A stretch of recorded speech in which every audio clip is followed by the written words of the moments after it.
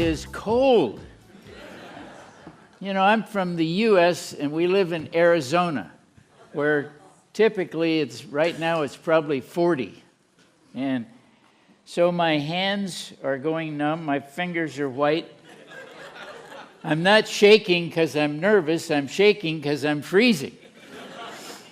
But thank you so much for inviting me here, Bob, and it's just a pleasure to have this opportunity to come down here and freeze and talk to you. My lovely wife, who I've been married to for 21 years now, is right here in the front row. Take a bow. She's the one that keeps me going, and so I'm just blessed that we can travel around and do what we do. So, gosh, you know, what you're going to hear from me today is probably something you haven't heard before. It's going to probably sound strange, unusual. It may not even sound true to you. You may listen and go, gee, that just doesn't sound right. It can't be. But let me tell you, it's the truth. And what I do know also is the truth, unfortunately, can be offensive. And I don't mean to be offensive, but I do mean to tell you the truth. And so, as a way of introduction, you know, we're talking about kids who are transgender kids, identified as such. And what I'm bringing to you today is 73 years of history from having dealt with this issue. So I don't come from some perspective from research or anything else. I've lived it. I started as what we would call today a transgender boy in 1944. I'm 77 years old. I know I only look 45, maybe 50, but I'm 77. So I've got a tremendous opportunity to share with you something that you might not otherwise have someone to tell you that has from the age of 4 who struggled for a great deal of time until he underwent complete gender reassignment surgery, lived as a transgender woman for a fairly good period of time, and then what we call detransition back. Now, that probably sounds, you know, I know people will first start to go, well, he's probably the only one in the world. That's rare. That's what we hear a lot. That it just doesn't happen, that the people are happy, they're thrilled, it's wonderful. That's a crock. What we know is, if we go back to 1979, one of the very first gender clinics in the United States was run by the guy who coined the term transsexual, transgender. It was called the Harry Benjamin Clinic in New York. Harry Benjamin hired an endocrinologist to work at the clinic to help with the people who were undergoing gender reassignment surgery. The individual was a homosexual activist for transgender surgeries, and he worked there for 6 years, administering hormone therapy, cross-gender hormone therapy to men. At this time, it was all men, to 500 people who had undergone gender reassignment surgery. 1979.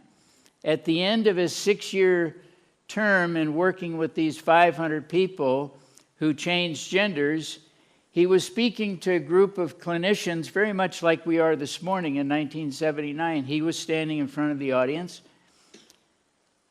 and he was telling them that what he had found in working with the 500 people who had undergone gender reassignment surgery is that there is way too much unhappiness, and far too many of them end in suicide. 1979. I tell you that story so that you know that I'm not a rare breed. This is something that's been going on that we know of and reported since 1979. If we step forward a little bit to 2004, the UK Guardian did a study, or did a report, published a report in July of 2004. The author of the study was David Batty. And not a good name, is it? But anyway, David put this report out, and it was a report done by the University of Birmingham. And what they had done is they had collected 100 studies from all over the world and began to look at these studies over an exhaustive period of time to see what kind of results that were really happening with people who had undergone gender reassignment surgery. They wanted to look at the results. What was the consequences or outcome? And so the University of Birmingham concluded, after looking at these 100 studies, that gender reassignment surgery was ineffective. That was the headline of the article.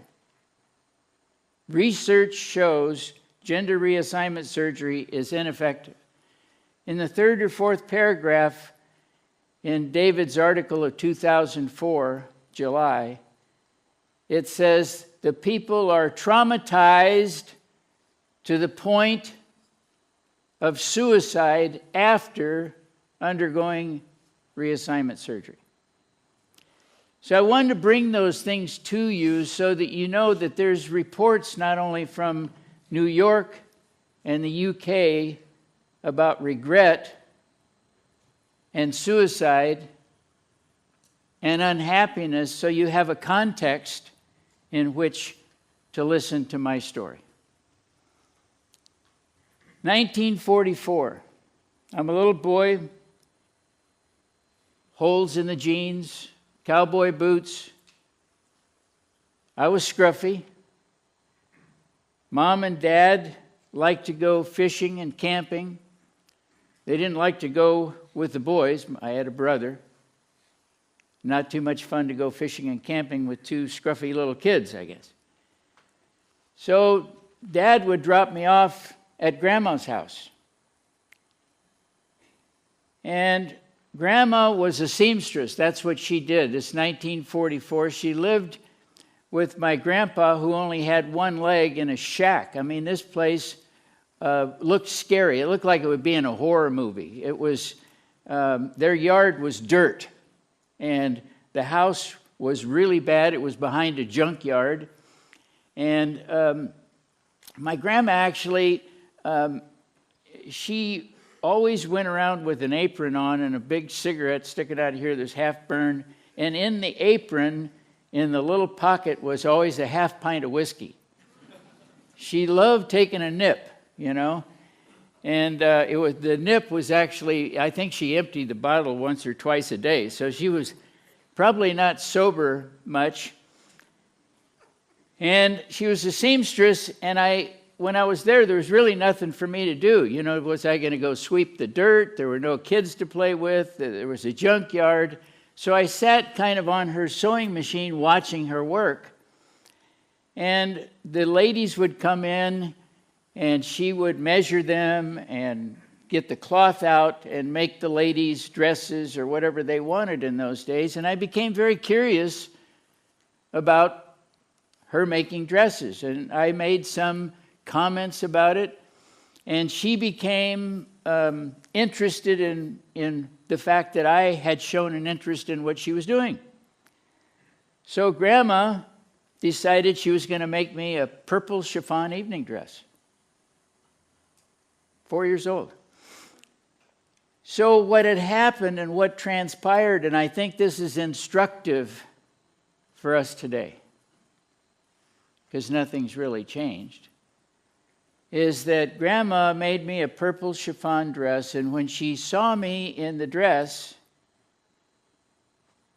she loved seeing me in the dress more than she liked me in the torn blue jeans, cowboy boots, and scruffy little boy. She began to use the terms of, "Oh, you look so cute," You really look wonderful. Those, my friends, are what we call affirmations. And we hear this today where we say, if your kid is cross-dressing, affirm him, support him, help him, encourage him. I'm looking back 73 years later, and what I'm here to tell you is today, I didn't know then, but today I can tell you that was child abuse. It's child abuse for this reason.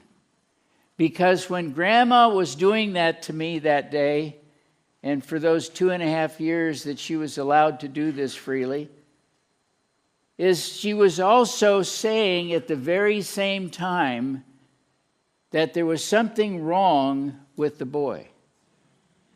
You see, we can't affirm someone in a different gender without the same time saying there's something wrong with you over here. How destructive that is. However, the words are silent when you say there's something wrong.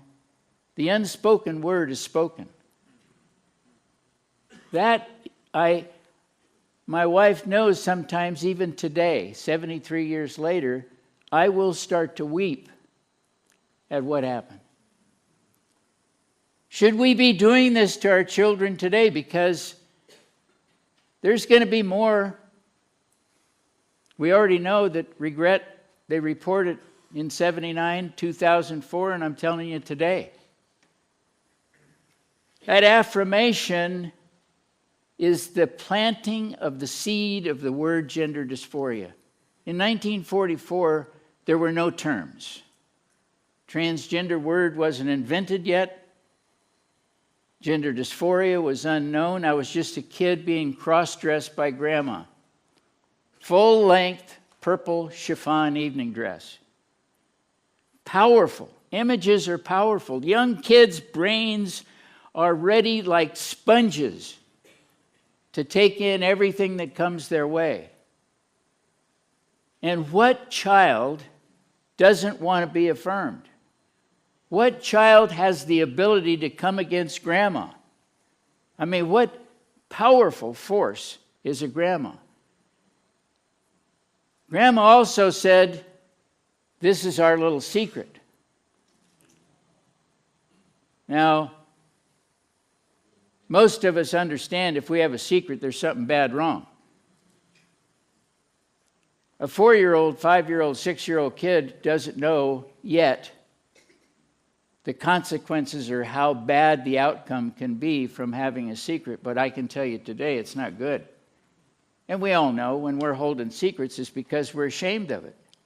It's because there's something wrong with it. Well, I became so accustomed to those affirmations and so desiring of being affirmed and loved on and so forth. The only way I seemed to get it from Grandma was to wear the purple dress. Now, in the house that I was living in with my mom and dad and my brother, I was just a kid. No one was doing any big affirmations. I was just a scruffy little kid. I was getting in trouble quite a bit. But I wanted to feel what Grandma had been giving me. So I snuck that dress into a brown paper bag after about 2.5 years at Grandma's house. I know it was a secret. I had to keep the secret. I took the dress home, put it in my bottom dresser drawer, because I knew when I had the opportunity I was going to put the dress on so that I could replicate and hear Grandma's words and feel that I was being affirmed and loved and cared for like I was. And the only way I could get that was in that purple dress. Well, the hiding place in the bottom dresser drawer was not so good. My mom found it. After dinner one night, I was getting up like I do to walk out of the room, and she goes, "Sit down." Kicked my brother out of the room, and we sat there at the table. And she said, "Where did the purple dress come from?" I began to weep. I knew I'd broke the secret. I knew that wasn't good. I said, well, your mom made it. My dad was an industrial goods salesman, judo expert, and part-time police officer. Now, he went off like an atomic bomb. He was really upset, started a fight between mom and dad, and again, I felt as though I was the one that had caused it. I didn't have the context to understand that what had actually caused it was Grandma keeping a secret and making a dress. So I took in all that responsibility. I shouldered that, feeling like this now was my fault. I'm 6.5, 7 years old by this time. Dad, however, he was scared. He was blindsided. He was betrayed. And so the purple dress disappeared. I couldn't go to Grandma's house anymore unless both Mom and Dad were with me. But what Dad did was he felt the need to sort of man me up. He was going to shape and mold me into the man that he wanted me to be because he was a tough guy. And so he did this by, when I did something wrong, he began to use a hardwood floor plank across my bare butt with heavy discipline. He was tougher on me than he was my older brother because I scared him. What was going on frightened him. What had my boy become? He was confused. He thought about me. My boy. Here's my boy wearing a dress. The imagery had to be terrible for him. But he took that frustration and confusion out on me. And now we're only in 1947, 48.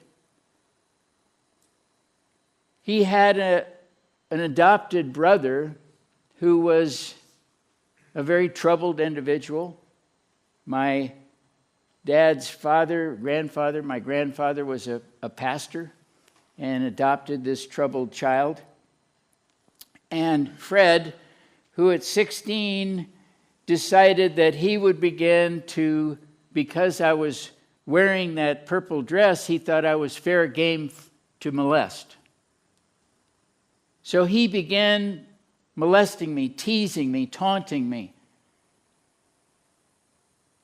And when I began to tell my mother that Fred was doing this to me, and it took me several months to be able to tell her because I was so ashamed.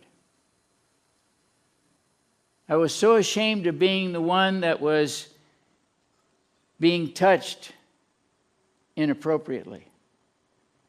I became his little toy. But keep in mind why I was a little toy. It was the purple dress.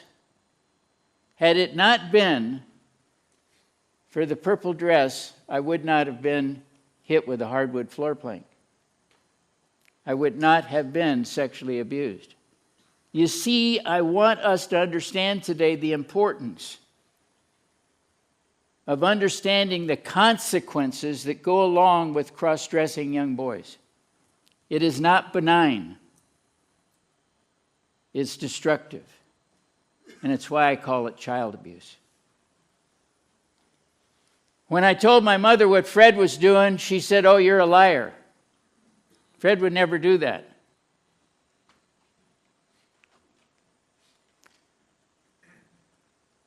I had to internalize that pain. I've been cross-dressed in a purple dress, hit with a hardwood floor plank, abused by an uncle, and told I was a liar. I'm not even 9 years old. This is not going good.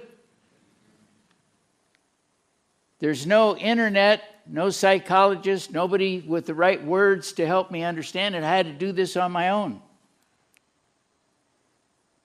As time went on, I just internalized everything. In my teens, I took on the name quietly. No one knew. I just internalized this Crystal West. It was just a way for me to process this whole purple dress thing. And the purple dress became the way that I could live through the experience of being affirmed, because being called a liar and being hit with a hardwood floor plank and being sexually abused was not exciting. It was not fun. In school, I tried to excel in everything I did. I tried to overachieve, to overcompensate, if you will. And so, as I tried to do this, actually, I was a lousy student. I did poorly in school. I did good in athletics because, as you can see, I'm 6'5" and about 240. Now, I was good in track. I ran athletically. I was good in track. And in our football in the U.S., I was a kicker, which you kick to do the kickoffs. You kick on fourth down. We had a lousy team. We did a lot of kicking. So we had one season where we didn't score a point. And one time they hiked the ball. It was supposed to go to the quarterback so he could run in for a touchdown, because we're only 5 yards away from the goal. And I was in as a blocker, and they hiked the ball to me, and I didn't know what to do with it and got killed. The whole team piled on top of me. I didn't move. I'm not supposed to get the ball. So my sporting was good in track, but not so good in football.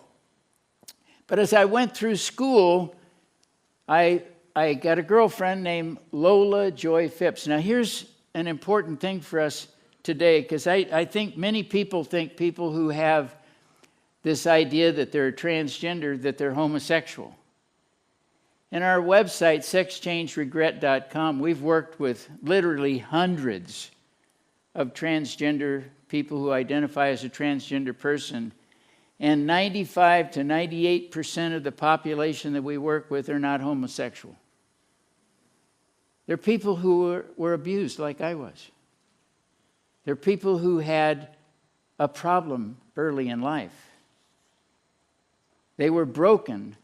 Their identity was broken. Their hearts were broken. Their early childhood life was broken, like mine was.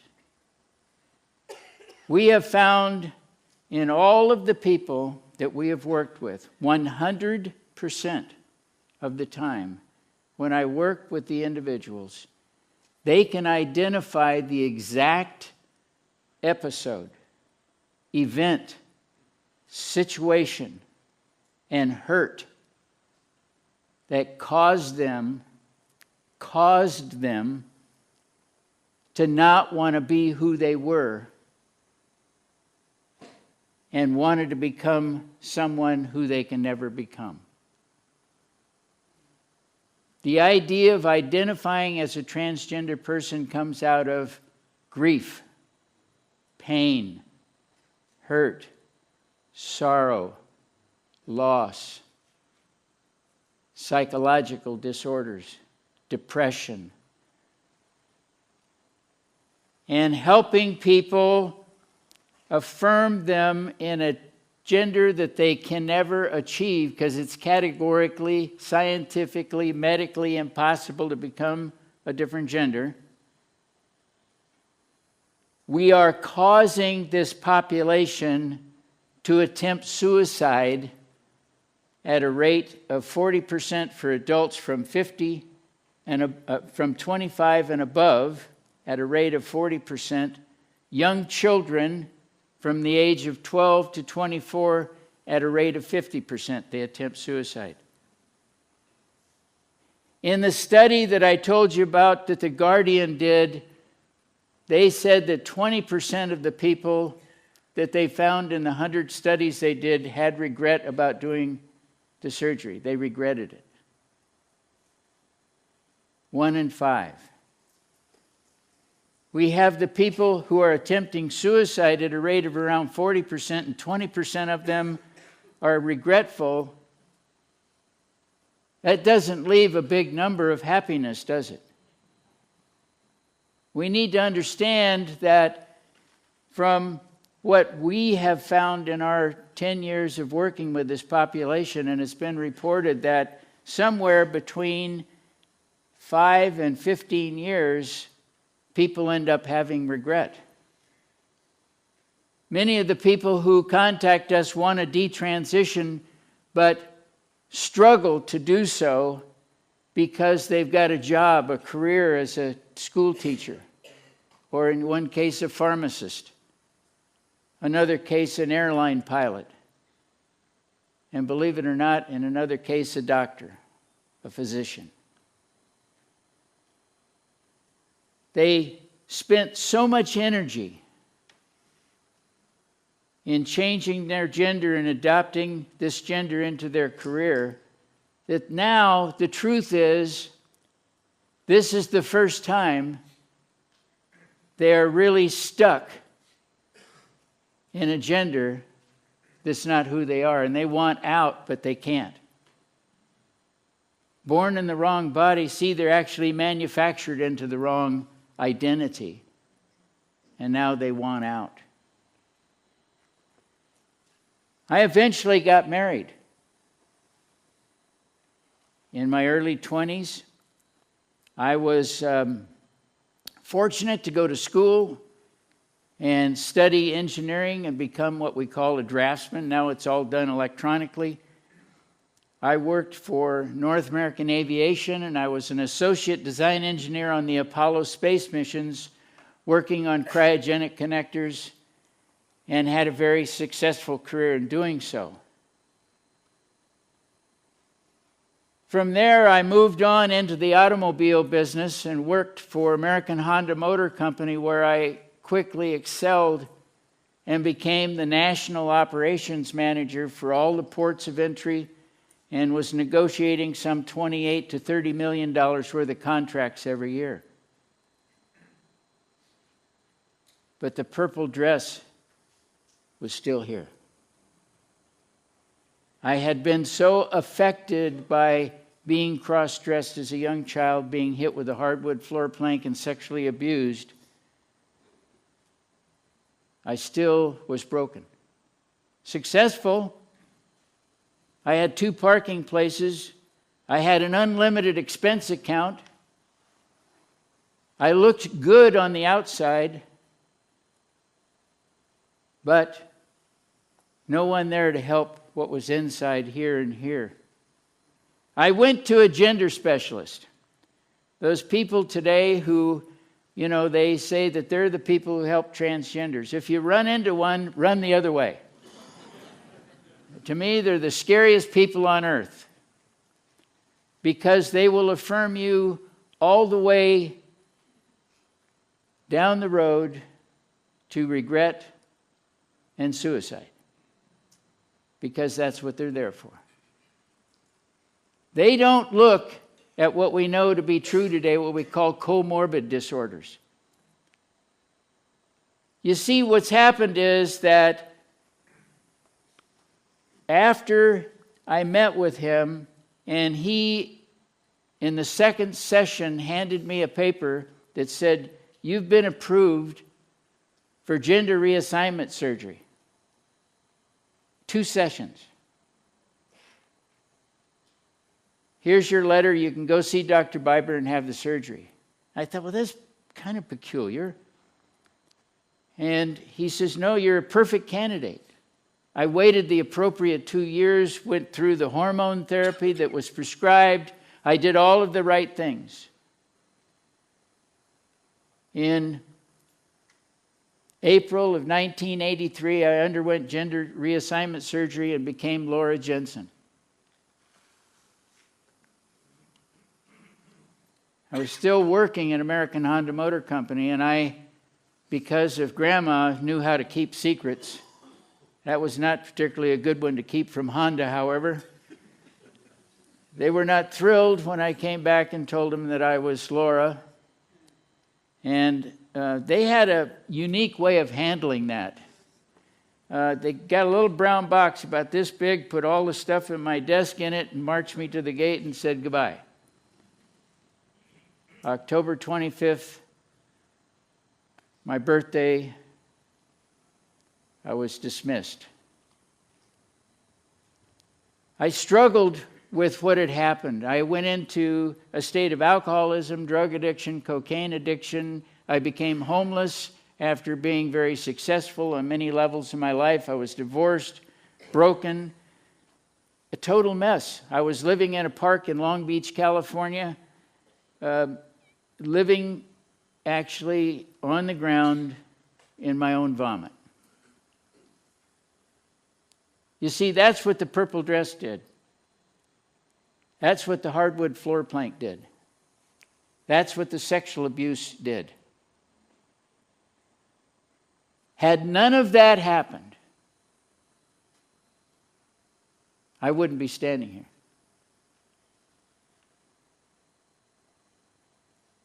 It's not benign to encourage and encourage people to change genders. It's destructive.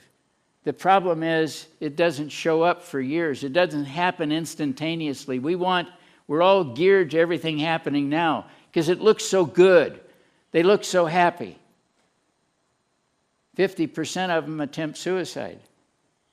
Many of them have regret. You know, the people who died because of suicide can't stand up here and talk. And those are the people I'm standing up here on their behalf. To try to get people to realize we're going down a path of total destruction to an entire generation. I don't know what's happened to people. We have gray matter up here. We have information that I've shared with you and much more. But yet we don't seem to have the desire to stop this in its tracks, and it needs to stop.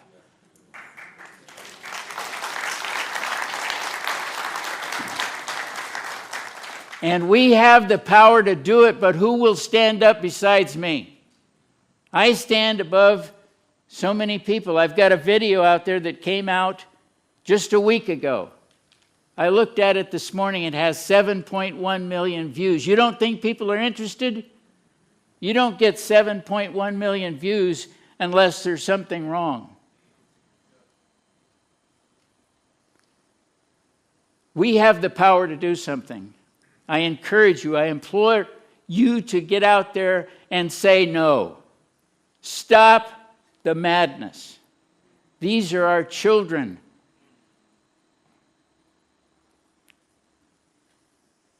I'm lucky. I'm very lucky. I got sober. I went to Alcoholics Anonymous and did the steps. I started going to church, and I found that the Redeemer Christ could restore me. Now, some people find that offensive. I find it quite wonderful.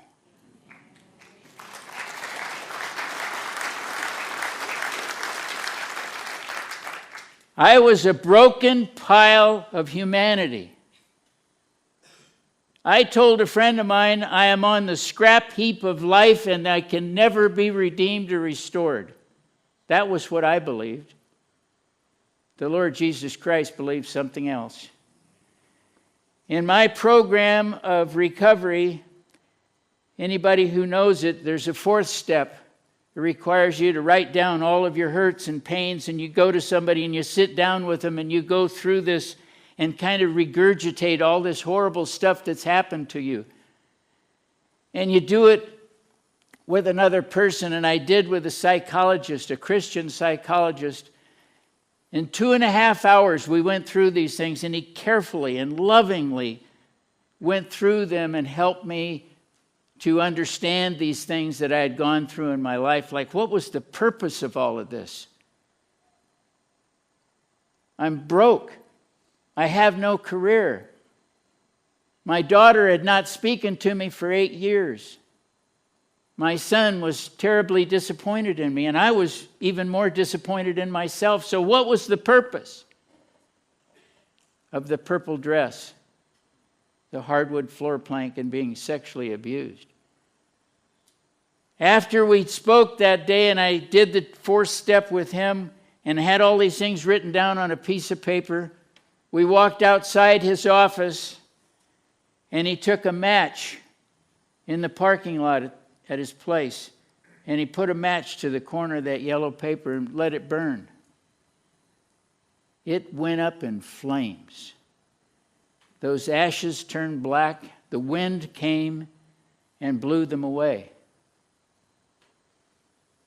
Gone was that history. But where do we go from here?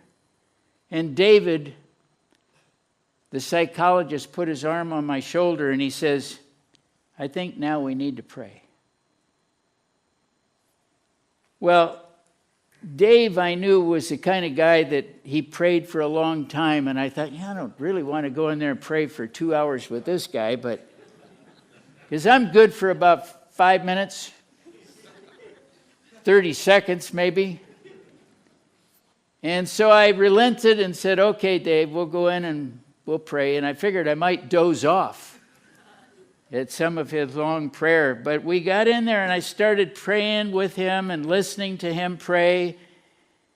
And I'd gone through all of this horrible stuff and I wondered, where are we going? What is happening? What was the purpose? As I sat there and things got very quiet and I didn't even hear Dave anymore. And I know he was still praying. But I looked up in a moment and saw the Lord Jesus Christ actually coming toward me. He had his arms stretched out like this, as though he was approaching me, and I looked at his angle where he was going, and there was a little baby wrapped in cloth before him. And I looked at the baby, and I said, that baby's me. He's coming for me. He picked up that baby and held him in his arms, and then he deliberately looked right in my eyes. And he says, you will be safe with me forever. At that very moment, the Lord came during Dave's prayer to redeem and restore my life so that I could come here and share with you the pain of being a transgender kid, but also the power of Jesus Christ to redeem and restore lives so that they can share them with other people. Thank you very much.